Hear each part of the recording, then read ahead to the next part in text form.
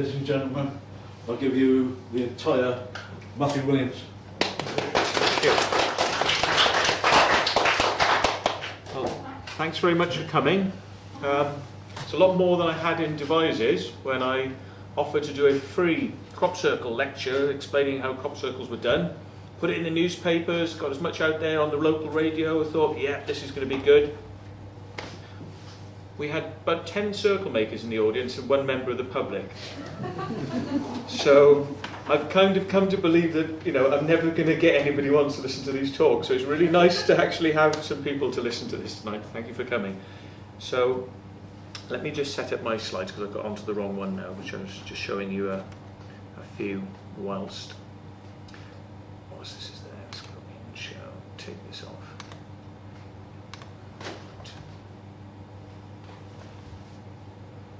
That should be it. Okay, so that's me, and I'm accused of many nasty things. Now I've become a crop circle maker. I'm persona non grata in a lot of communities out there. I started off, I'll give you a little bit of my background, but I'll tell you how I've come to be sort of known as the black sheep of the sort of research world. But born in South Wales, sort of born in Cardiff, lived in Barry up until the age of 15, and then moved back to the Rhondda Valleys where my family live. I had a UFO sighting when I was about 19 years of age, and I was driving across from my home, Tonpentra, to a place called Ogur, the Ogur Vale, which is over a nice mountain pass. Very scenic. It was night time though, but the moon was out, and you could clearly see the cliff edges of the road we were driving around. So it's a great little thing to drive along in a mini car. Came around this bend, and it's the next valley, and a big drop down, and then a lovely cliff on the other side, and a television transmitter, really clear. And as I rounded this corner, I could see a big triangular shaped light, or triangle like that. Triangular shaped light was sat on the side of the mountain, and having been along this path many times, never seen anything strange like that on that mountainside. And I knew that also what we were dealing with was a very steep sided hill. And as I was driving the car, I didn't stop, but I kept driving and looking across, looking at the road and looking across. I actually had somebody in the car with me, but he was doing what I was saying about earlier on. He was actually looking at the cliff and the nice moonlight on the cliff. He was looking that way, and I was looking that way. I didn't alert him to it, but I kept on looking, and I was like, my God. So went down so far, lost sight of the object because trees came past us. And I thought, yeah, what was that? Hang on, I better just stop and have a look because I'm going to lose sight of this. So I reversed the car back up, and whatever it was had gone when I looked over there again. So it was a short sighting, maybe about 20 seconds. It was an orange glowing triangle. It was shimmering on its edges as if it looked like a heat haze, but very, very quick heat haze on the side of this thing. And that's what sparked my interest in reading up more.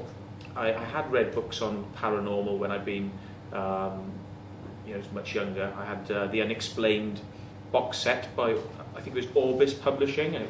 It sort of it's like an offer of £1.50 for one, and then you end up spending £150 on all these books by the end of it. My parents weren't very impressed, but I got them all, and I was fascinated by that sort of stuff. But I did take it all a bit sort of tongue-in-cheek. I was like, well, these people who say they see these things, I just don't know. It's all interesting, but I'm not. And I kind of read it for interest factor, for fascination, more than belief.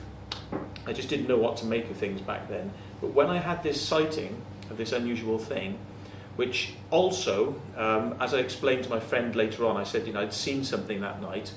The realization that I'd actually seen that triangle went out of my mind the whole time that evening, and I drove back over that mountain road, and I can remember I didn't even look back in the direction of where that thing was.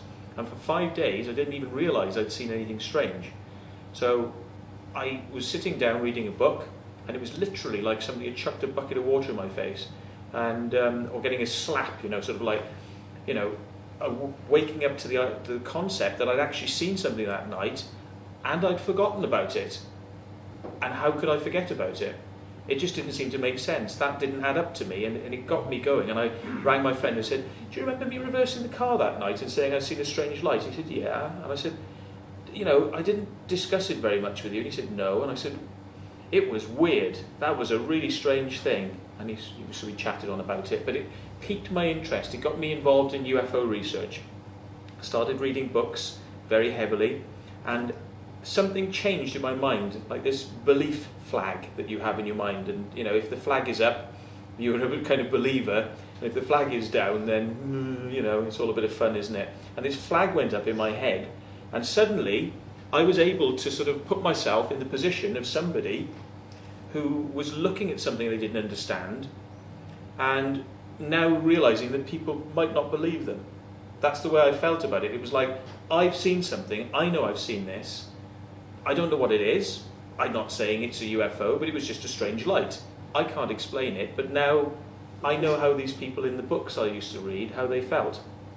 So it gave me a bit of sympathy, and that's what started me off in researching people's cases. I became a UFO researcher because I wanted to speak to people one-to-one to get a really good idea of where these people were coming from and their experience. I wanted to sort of, not out of a book, which, you know, is somebody else's telling of a story. I wanted to get it firsthand, and I wanted to meet these people. So I went around South Wales and I became quite a well-known UFO researcher.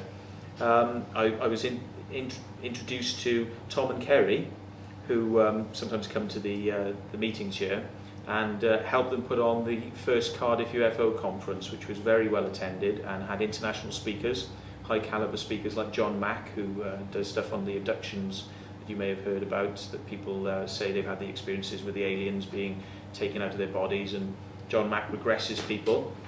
It's controversial regression, but still, there's a lot of people out there that think they've had strange experiences, and I'm prepared to listen now, whereas I wasn't prepared to listen when I was much younger. I was quite arrogant. I think some people still say I am pretty arrogant. And after the crop circles talk, you'll probably agree, yeah, he is pretty arrogant. But it's one of these things where I used to be very down to earth and unprepared to take on board any what I considered bullshit, you know. And the paranormal used to be bullshit. You know, I wasn't sure about it. And then I became part of it. I started to meet people. I really did think that these people were telling the truth. That was my main purpose, was to find out, are people telling the truth? You know, I wanted to get face to face, learn the truth. I think you can read books, but you never know quite for sure unless you've had a personal experience in your life.